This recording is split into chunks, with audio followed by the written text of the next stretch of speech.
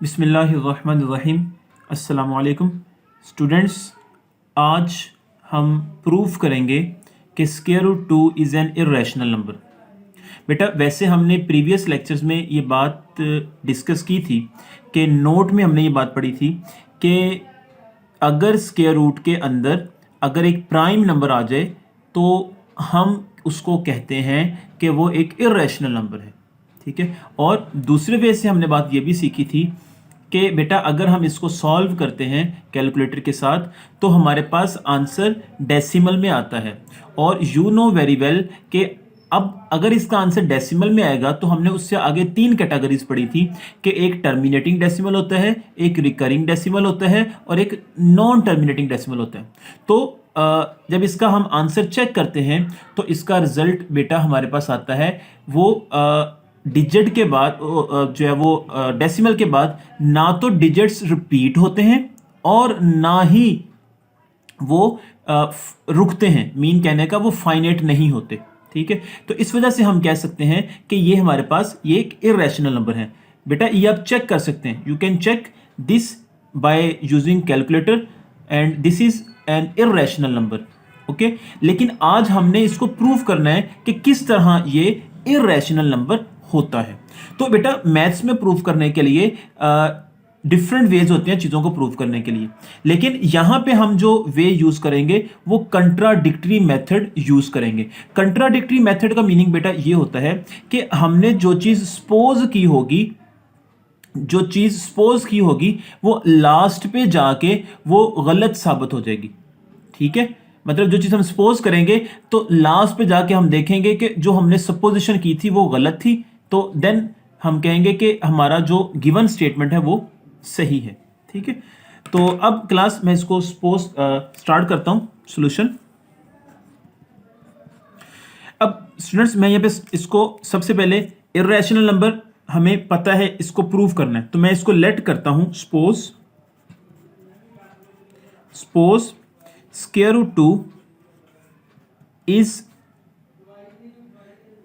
N square root 2 is a rational number, is अ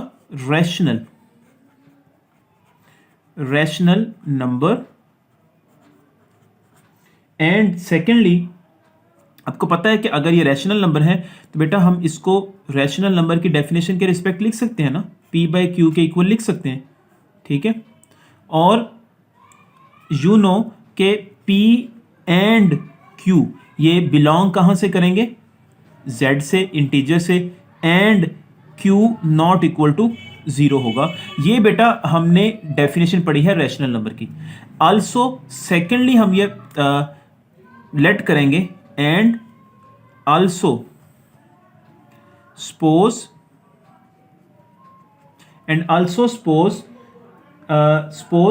कि P and Q have no common divisor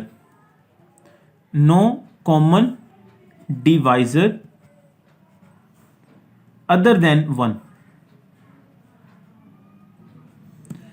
अब बेटा मैं यहां पे एक और बात लेट कर रहा हूं कि जो P और Q का है इनका कॉमन डिवाइजर मीन 1 है। तो क्लास ये बात हमें ज़हन में रखनी होगी कि कॉमन डिवाइजर 1 जो है वो होता किन का है। बेटा ये प्राइम नंबर्स का common divisor P and Q आपको पता है कि हमने लिए हैं यहाँ पे इंटीजर से। ठीक है। और इंटीजर्स आपको पता है कि वो क्या होते हैं। इंटीजर्स ये होते हैं कि 0 +-1 +-2 +-3 अप टू सो ऑन, ये इंटीजर्स हमारे पास होते हैं। ठीक है। और इसी तरह बेटा प्राइम नंबर्स क्या होते हैं, ऐसे नंबर्स जिनके डिवाइड करने वाले एलिमेंट्स ओनली 2 एलिमेंट्स हो और वो नेचुरल नंबर भी होते हैं। तो मैं कह सकता हूं यहाँ पे 2, 3, 5, 7 अप टू सो ऑन, ये बेटा हमारे पास प्राइम नंबर्स हैं। अब स्टूडेंट्स आपने एक बात और नोट यहाँ पे करनी है, वो ये बात ये है कि आप नोट करते हैं कि P जो है वो बिलोंग करता है, ये P सबसेट होता है Z का। ठीक है। सबसेट बेटा किसको बोलते हैं, सबसेट बेटा उसको बोलते हैं कि अगर हमारे पास क्या हो, एक सेट के सारे एलिमेंट दूसरे सेट के अंदर मौजूद हों। ठीक है। जैसे यहाँ पे p है, इसका 2 एलिमेंट है वो इसमें मौजूद है, 3 एलिमेंट भी इसमें मौजूद है, 5 एलिमेंट भी इसमें मौजूद है, 7 भी इसमें मौजूद है। ठीक है, तो ऐसा सेट जिसके सारे एलिमेंट दूसरे बड़े सेट के अंदर मौजूद हों तो हम छोटे सेट को कह सकते हैं कि वो सबसेट होगा बड़े सेट का। समझ आ गई बात की? तो बेटा ये हमारे पास क्या होगा, p यहाँ पे सबसेट होगा z का। तो अब यहाँ पे हम जो बात कर रहे हैं, जो मैं सपोज कर रहा हूं कि p and q have no common divisor, मैं एक सेकंड कंडीशन इसके ऊपर लगा रहा हूं और वो सपोज कर रहा हूं कि वो उनका कॉमन डिवाइजर सिर्फ और सिर्फ 1 है। ठीक है, अब कॉमन डिवाइजर सिर्फ और सिर्फ 1 होता किसका है, वो सिर्फ और सिर्फ प्राइम नंबर्स का होता है।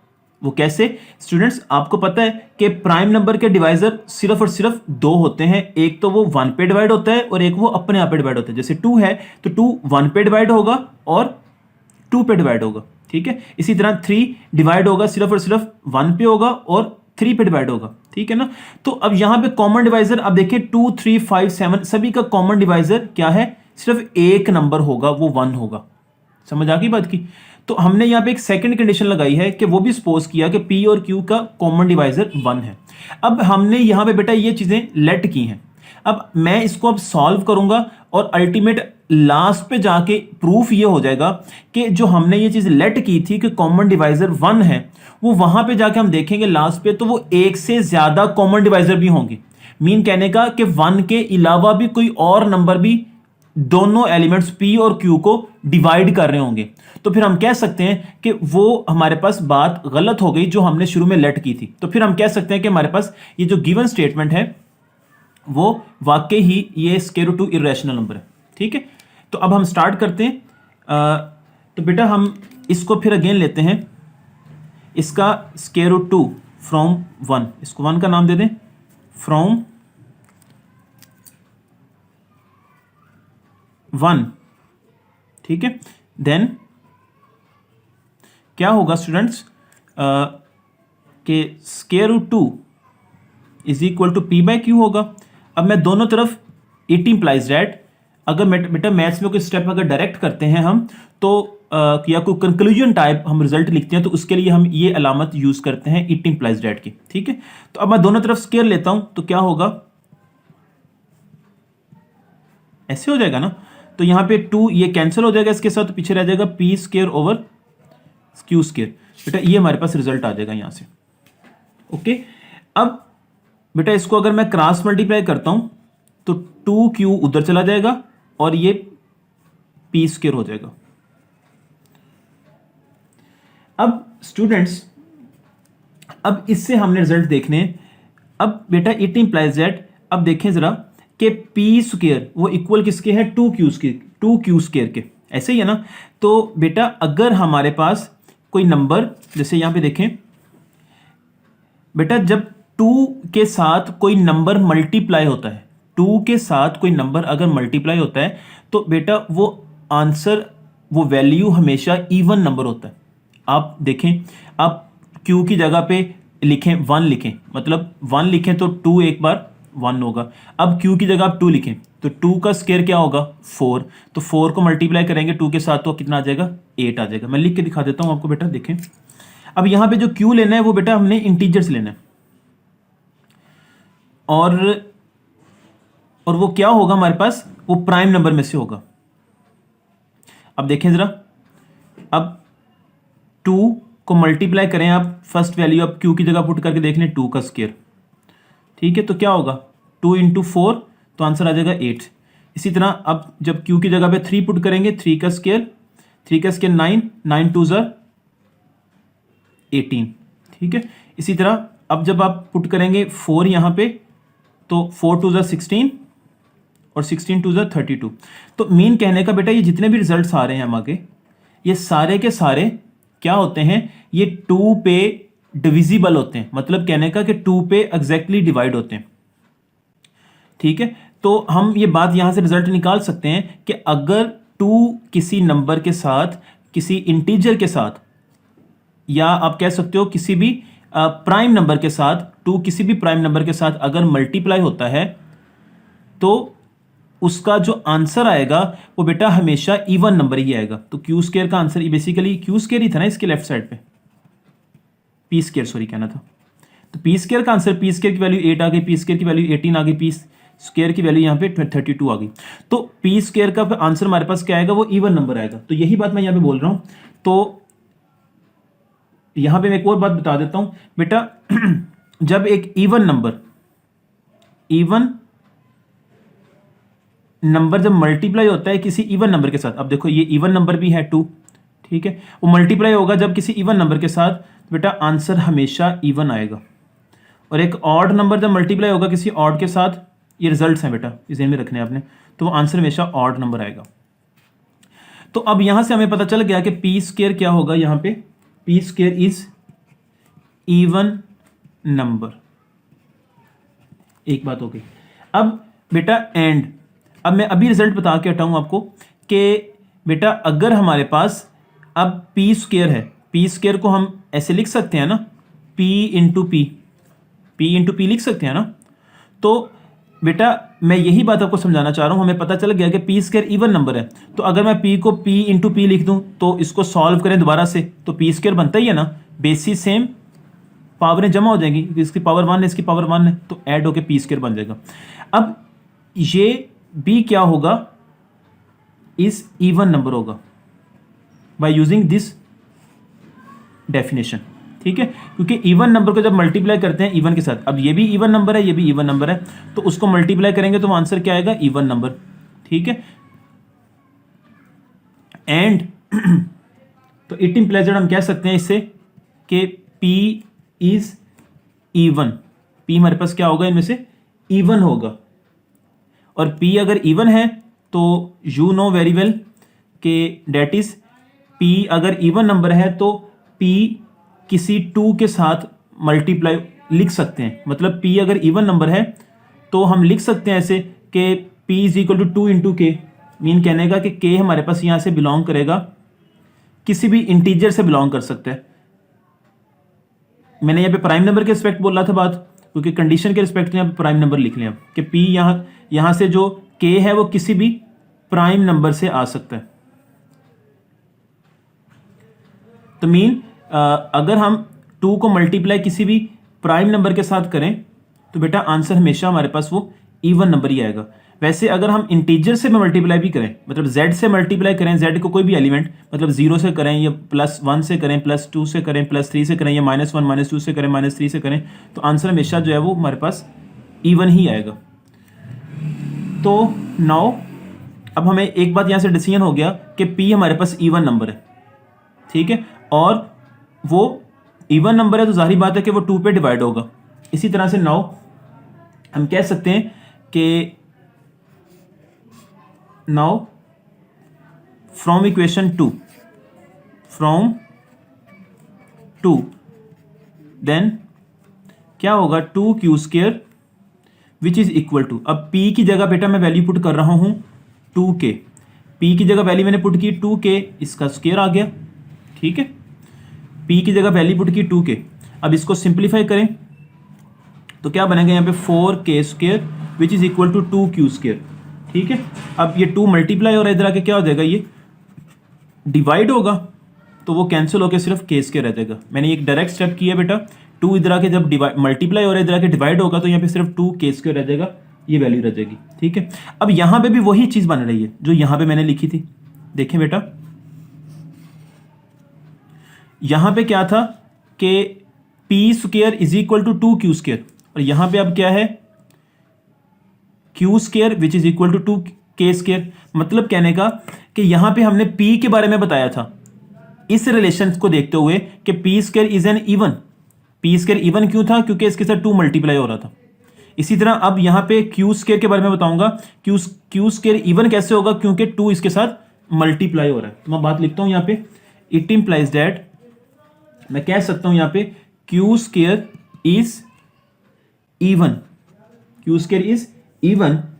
अगर इवन है एंड फिर हम कह सकते हैं कि इवन नंबर को जब मल्टीप्लाई इवन से करते हैं तो आंसर इवन होता है।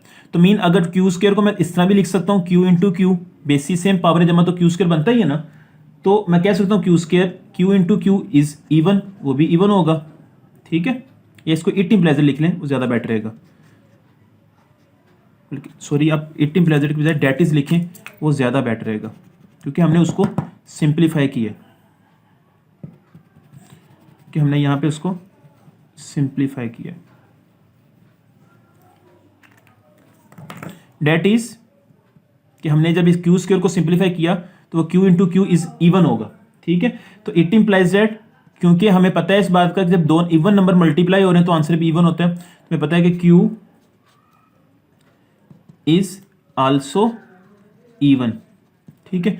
अब यहां से हमने वही बात देखी जैसे हमने यहां पे बात रिजल्ट निकाली थी। रिजल्ट हमने यहां पे ये निकाला था कि पी स्क्वायर इज इवन, ये बात हमने एंड पे P square is even and also Q is also even, P is even and Q is also even, दोनों बातें हमें यहां से रिजल्ट्स निकला है ना।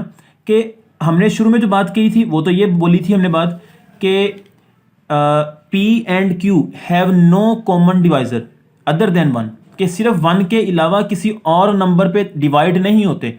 लेकिन यहां पे अब रिजल्ट क्या निकला है, यहां पे रिजल्ट ये निकला है कि पी एंड क्यू दोनों इवन नंबर हैं, ठीक है। अब दोनों इवन हैं तो इसका मतलब है इवन नंबर किस पे डिवाइड होता है, इवन नंबर जो है वो वन पे डिवाइड भी होता है और टू पे डिवाइड भी हो जाता है, समझ ना बात की।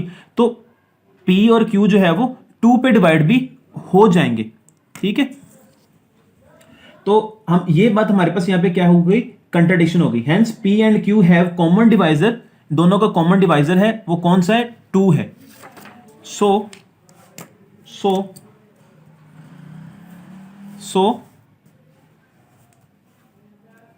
P and Q have common divisor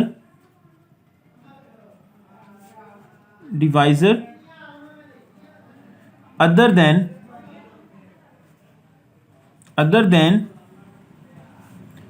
1, that is 2, ठीक है। तो हमारे पास वो 2 डिवाइजर बनता है। हेंस हम ये बात कह सकते हैं स्टूडेंट्स कि जो शुरू में हमने बात लेट की थी वो बात गलत लेट की थी। सो हेंस our supposition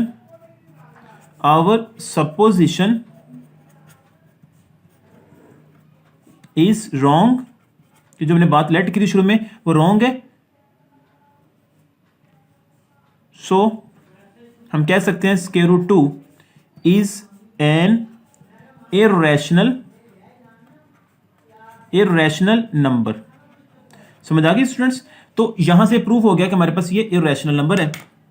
इसी तरह आपको पेपर में कोई और भी क्वेश्चन पूछा जा सकता है कि जिस तरह मैंने स्क्वायर रूट 2 इर्रेशनल प्रूफ करने के लिए कहा, पेपर में आ सकता है क्वेश्चन प्रूफ दिस कि square root 3 is an irrational number, या square root 5 is an irrational number, square root 7 is an irrational number. तो ये प्रूफ करने के लिए आपको आ सकते हैं, तो वो भी आपने सिमिलरली जिस तरह मैंने अभी ये प्रूफ करवाया वैसे ही आपने प्रूफ कर सकते हैं। ओके स्टूडेंट्स, नेक्स्ट हमारे पास जो टॉपिक आ रहा है वो है प्रॉपर्टीज ऑफ रियल नंबर्स। लेकिन properties of real number start करने से पहले मैं आपको पहले बता देता हूं कि बेटा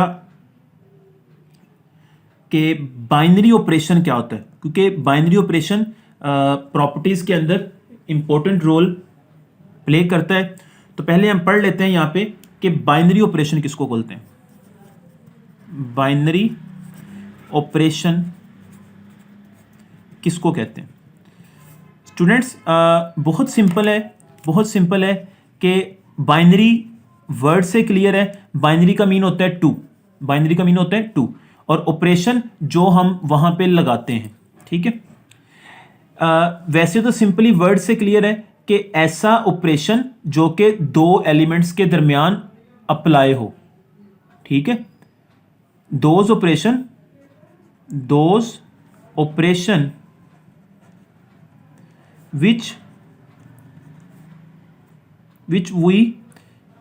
which we can those operation which we can, ये सिंपली लिख दें, those operation which perform on two elements, those operation which perform on two elements is known as binary operation, ठीक है। अब इसके लिए बेटा क्या होगा, हमारे पास, मैं एग्जांपल देता हूँ। पहले एक हमारे पास फर्ज करें एक सेट है नेचुरल नंबर्स का, ठीक है।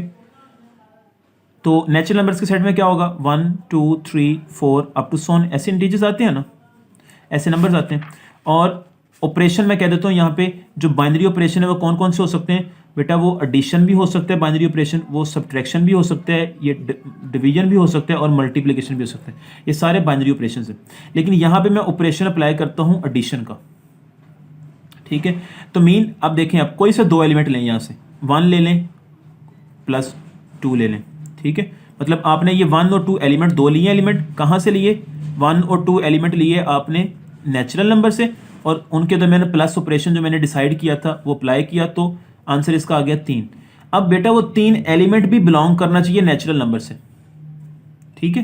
कहाँ से बिलोंग करना चाहिए, नेचुरल नंबर से। तो अगर वो आ जाए वहाँ से, तो हम कह सकते हैं कि अगर ये 3 नेचुरल नंबर से आ जाता है, जैसे आ गया है हमारे पास, और इसी तरह बाकी जितने भी एलिमेंट्स हैं वो भी इसी तरह हम परफॉर्म करें, जैसे लाइक मैं कहता हूँ 2 एलिमेंट ले लिए यहाँ से, 3 और 4 ले लिए, बिलोंग करते हैं नेचुरल नंबर से।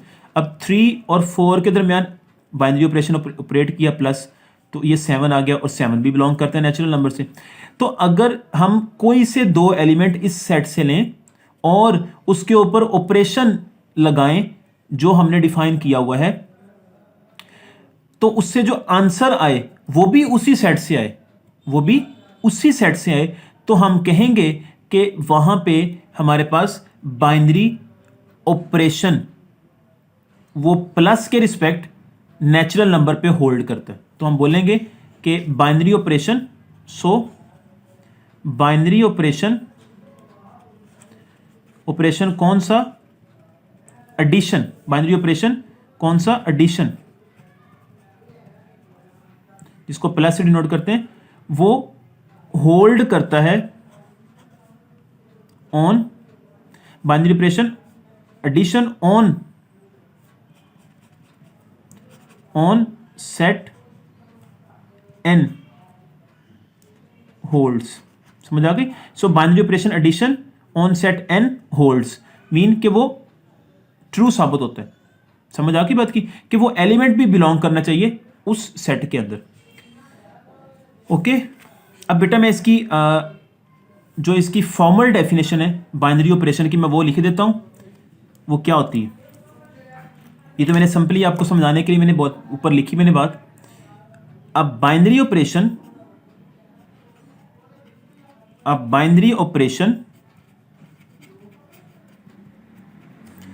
इन अ सेट एस, अब binary operation on a set S, अब मैंने लेट एन नहीं किया, यहां पे सेट एस कर लिया, कोई भी binary operation on a set S, कोई भी सेट हो सकता है, denoted by binary operation on set S and operation यहां पे बेटा मैंने स्टेरिक ऑपरेशन लगा दिया। अब स्टेरिक मैंने जर्नल ऑपरेशन लिया, क्योंकि जब डेफिनेशन लिखते हैं बेटा फॉर्मल डेफिनेशन, तो उसमें फिर नोटेशन जो यूज करते हैं वो जर्नल नोटेशन यूज कर सकते हैं। अब यहाँ पे जो स्टेरिक ऑपरेशन है, यहाँ पे वो एडिशन भी हो सकता है, यहाँ पे सब्ट्रैक्शन भी हो सकता है, यहाँ पे डिवीजन भी हो सकता है, यहाँ पे मल्टीप्लिकेशन भी हो सकता है, या इसके अलावा कोई और ऑपरेशन भी हो सकता है, ठीक है। तो बाइनरी ऑपरेशन सेट एस के ऊपर एंड ऑपरेशन में यूज कर रहा हूं एंड ऑपरेशन स्टेरिक, ठीक है। अब binary operation on set S, बल्कि स्टूडेंट्स आप ऐसे लिख लें ज्यादा इजी हो जाएगा। अब बाइनरी ऑपरेशन स्टेरिक लिख लें, यहां पे binary operation asterisk on set S, फिर ये मुश्किल हो जाएगा आपके लिए, ये काट दें इसको आप यहां से। Binary operation asterisk on set S, ठीक है, is a rule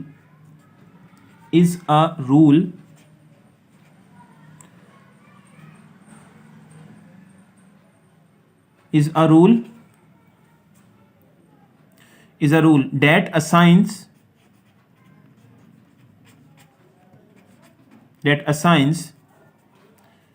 any pair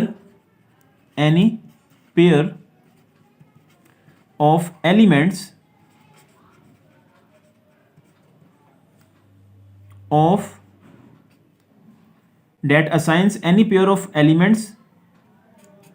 that assigns any pair of elements S a unique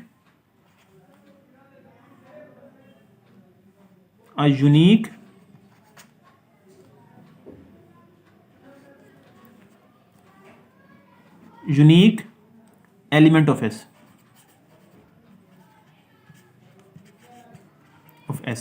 समझ आ गई स्टूडेंट्स? देखें, अब binary operation this on a set S is a rule that assigns any pair of element of S a unique element of S। Mean कहने का कि हमने कोई से दो एलिमेंट लेने हैं सेट S में से और उसके ऊपर ये ऑपरेशन अप्लाई करना है, तो वहां से जो आंसर आएगा वो भी सेट S में से आएगा। डेट इज, मैं यह बात समझा देता हूं, डेट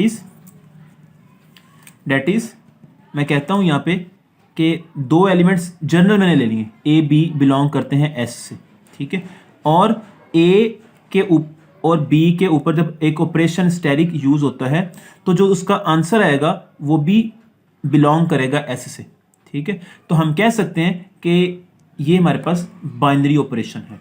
ओके, होपफुली स्टूडेंट्स ये आपको डेफिनेशन समझ आ गई होगी। अब स्टूडेंट्स हम चलते हैं अब properties of real numbers. Properties of real number क्या होती है?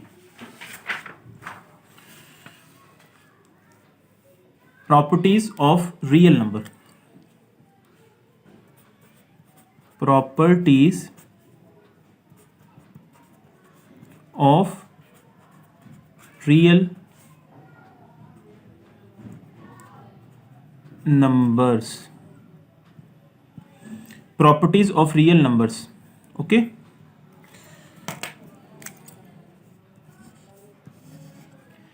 अब students properties of real number जो होती है ना, वो हम स्टार्ट करते हैं। फर्स्ट प्रॉपर्टी जो है वो कुलैयर प्रॉपर्टी है।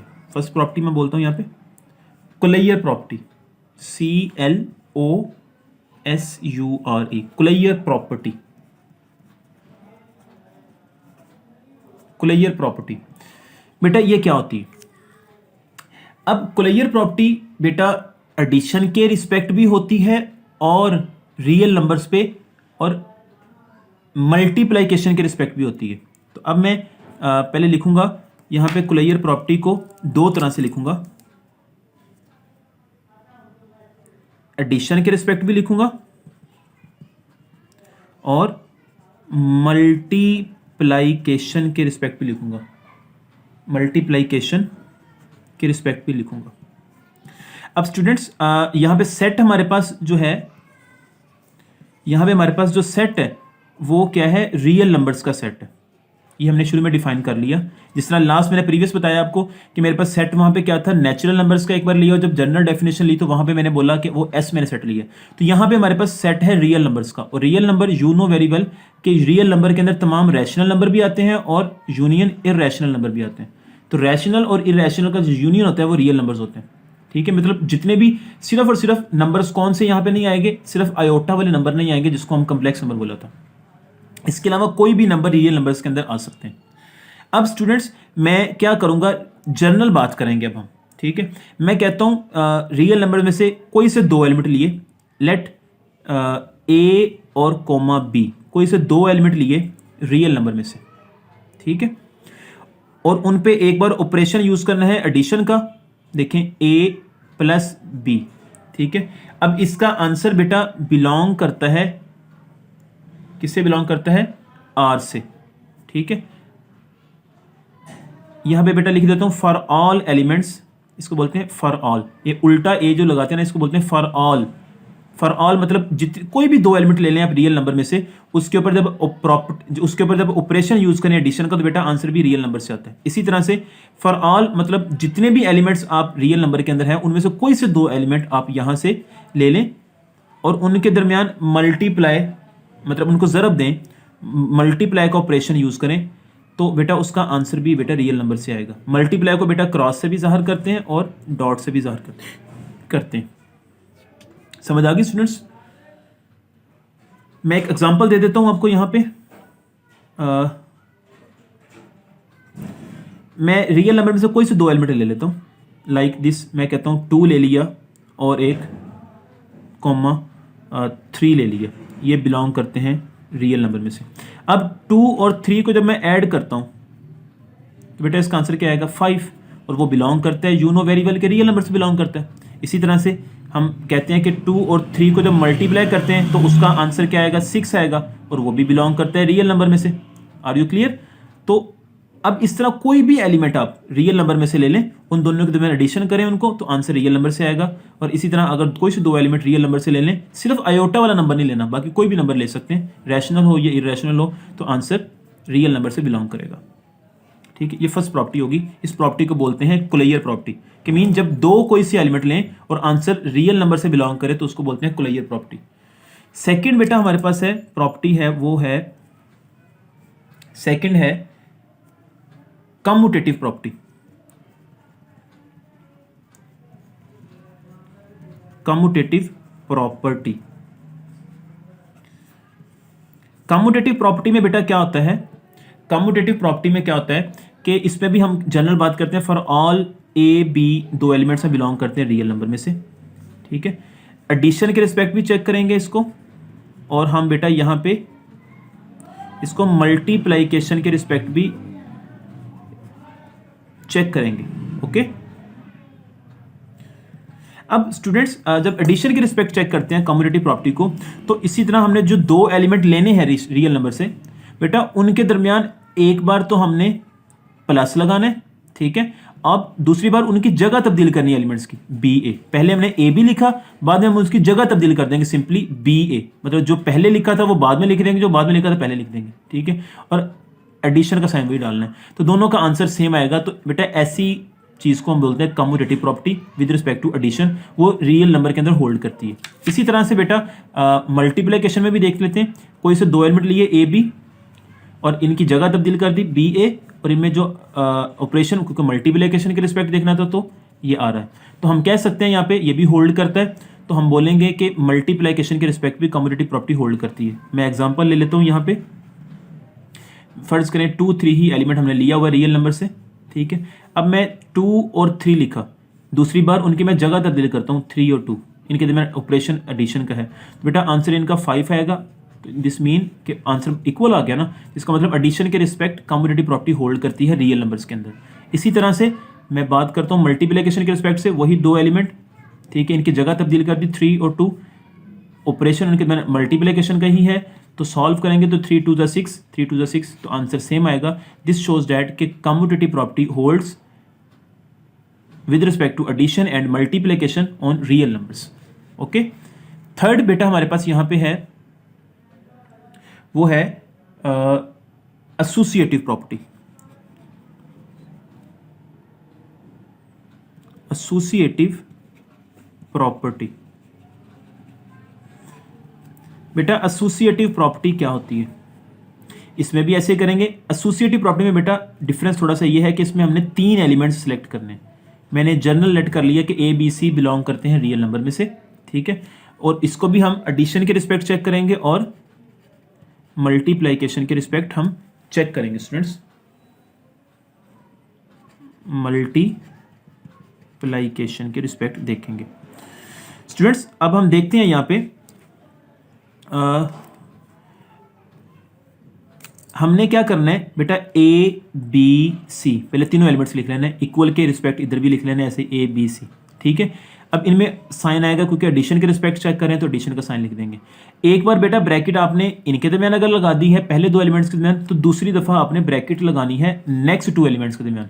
अगर कोई स्टूडेंट पहले लगा देता है एलिमेंट ब्रैकेट बी और सी के दरमियान, ठीक है, तो नेक्स्ट फिर उसको लगानी पड़ेगी ए और बी के दरमियान। समझ आ गई बात की? तो बेटा ये प्रॉपर्टी भी होल्ड करती है रियल नंबर्स में। और मल्टीप्लिकेशन भी इसी तरह देखनी है, ए बी सी 3 एलिमेंट्स लिख लिए। ठीक है, इधर भी ऐसे लिख लेंगे ए बी सी एलिमेंट्स 3, इनके दरमियान मल्टीप्लिकेशन का साइन आएगा, जो ऑपरेशन आएगा।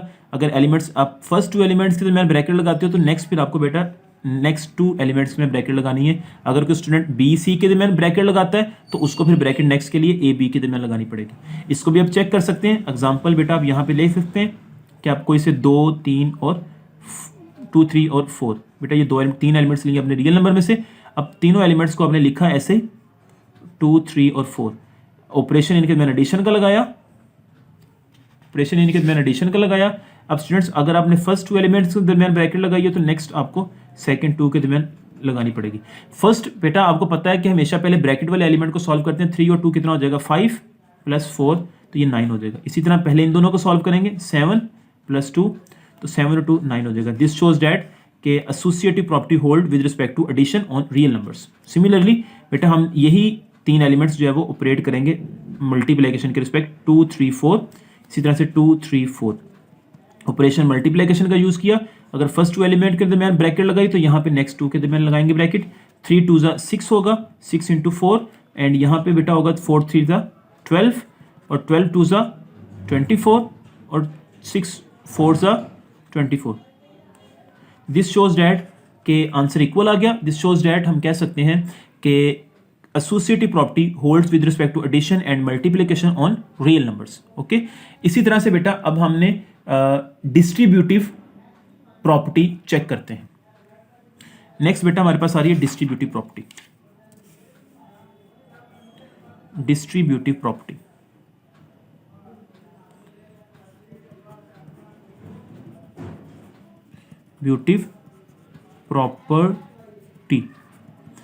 अब बेटा डिस्ट्रीब्यूटिव प्रॉपर्टी में भी हम जो है वो 3 एलिमेंट्स ही लेंगे। डिस्ट्रीब्यूटिव प्रॉपर्टी में भी हम 3 एलिमेंट्स लेंगे, ए, बी और सी, बिलोंग करेंगे रियल नंबर से फॉर ऑल। ठीक है, लेकिन बेटा आपने एक बात जहन में रखनी है, आपने कि डिस्ट्रीब्यूटिव प्रॉपर्टी के अंदर ऑपरेशन 2 यूज करने हैं। एक हमारे पास एडिशन यूज होगा और एक हमारे पास multiplication at a time use होंगे। ठीक है, 2 ऑपरेशंस यूज होंगे। तो अब हम क्या करते हैं कि मैं लिखता हूं ए बी सी। ठीक है, अब पहली बार मैं अगर करता हूं बात कि पहले मैं मल्टीप्लिकेशन यहां पे यूज करता हूं और एडिशन यहां पे यूज कर लेता हूं। ठीक है, तो मैंने इन दोनों के दरमियान ब्रैकेट लगा दी। तो बेटा डिस्ट्रीब्यूटिव प्रॉपर्टी में क्या होता है कि ए मल्टीप्लाई होगा तो इसके साथ आ जाएगा ए into B, plus A multiply होगा सी के साथ तो ए इंटू सी। तो इस तरह अगर एलिमेंट्स को लिख लें, मतलब इस तरह अगर सॉल्व करें, इसको बोलते हैं बेटा लेफ्ट डिस्ट्रीब्यूटिव प्रॉपर्टी। इसको क्या बोलते हैं, left distributive property. Distributive property with respect to multiplication over addition. Multiplication over addition. Okay, इसी तरह से बेटा हम कह सकते हैं कि अगर 2 एलिमेंट्स ए बी सी, अब बेटा मैं क्या करता हूं, यहां पे मैं ये करता हूं फर्स्ट 2 एलिमेंट के मैंने एडिशन लगा दिया, यहां पे मल्टीप्लिकेशन लगा दिया। तो इनको सॉल्व किया। देखिए सॉल्व कैसे करेंगे, ए इंटू सी और प्लस बी इंटू सी। ठीक है, तो इसको भी ऐसे बता सकते हैं हम कि ये होगा, ये थी बात इसके लिए,